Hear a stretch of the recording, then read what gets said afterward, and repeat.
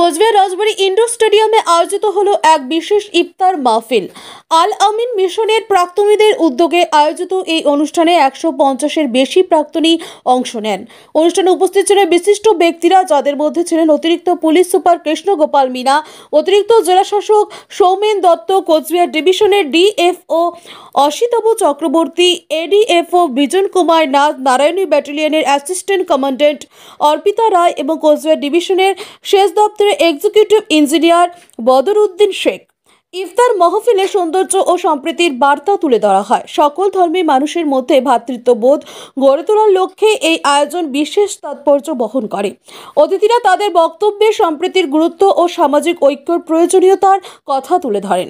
এই মিলন মেলায় উপস্থিত প্রাক্তনীরা আল আমিন মিশনের শিক্ষা ও মানব সেবামূলক কর্মকাণ্ডের স্মৃতিচারণ করেন এবং ভবিষ্যতে সমাজ কল্যাণমূলক কাজের জন্য একত্রে কাজ করার প্রতিশ্রুতি দেন। সম্প্রীতির বার্তা ছড়িয়ে দিতে এবার উদ্যোগ আগামী দিনেও নেওয়া হবে বলে আয়োজকদের পক্ষ থেকে জানানো হয়। মাধ্যমিকের পর উচ্চ মাধ্যমিকের সেরা প্রস্তুতি কোথায় নেবেন ভাবছেন? আর দেরি নয়, রেডিয়েন্স একাডেমিতে 2025-26 শিক্ষাবর্ষের বিজ্ঞান ও কলা বিভাগে ভর্তি চলছে। প্রতিযোগিতার এই আবহে সাফল্য লাভের জন্য মজবুত ভিত্তির প্রয়োজন। সেই ভিত্তি দৃঢ় করতে রেডিয়েন্স একাডেমি প্রতিজ্ঞাবদ্ধ। এখানে রয়েছে অত্যাধুনিক প্রযুক্তি সম্বলিত ক্লাসরুম, সায়েন্স ল্যাবের সুব্যবস্থা, on-field practical class, merit base training, সেই সাথে নিট জির প্রাথমিক প্রস্তুতির জন্য ছাত্রছাত্রীদের তৈরি করা হয় ও সিভিল সার্ভিস ও অন্যান্য প্রতিযোগিতামূলক পরীক্ষার প্রয়োজনীয় ওরিয়েন্টেশন দেওয়া হয়। আপনার সন্তানের সাফল্যের পথ সুগম করতে আজই চলে আসুন রেডিয়েন্স একাডেমি, তুফানগঞ্জ থানা মোড় এবং রামহরি মোড়ের মাঝে জাতীয় সড়কের পাশে, অথবা স্ক্রিনে দেওয়া নম্বরে যোগাযোগ করুন। আসন সংখ্যা সীমিত। আজ আমরা প্রায় 150 জনের ঊর্ধ্বে সংখ্যা নিয়ে কিছু জনকে জমায়েত করে একটা ইফতারের আয়োজন করা হয়েছিল। সেখানে যাতে ভ্রাতৃত্বের মেলবন্ধন বার্তা দেওয়ার উদ্দেশ্যে এখানে বিশিষ্ট ব্যক্তিবর্গগণ কিছু এসেছিলেন, মাননীয় এডিএম সাহেব এসেছিলেন, বাকি আরও কিছুজন আমাদের ডাক্তারবাবু এসেছিলেন বাইরে থেকে কিছুজন। তো আমরা সমাজে একটা ভালো বার্তা দেওয়ার উদ্দেশ্যে এরকম করতে চাইলাম।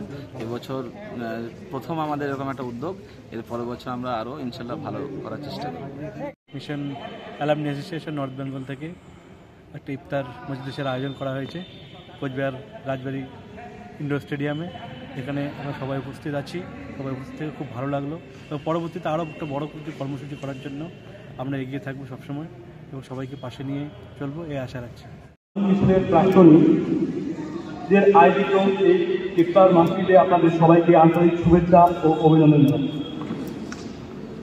রমজান শুধু সংযমের মাস নয়, এটি আত্মশক্তিরও মাস, দান সত্তার মাস, ভাতৃত্বের বন্ধন দৃঢ় করার মাস।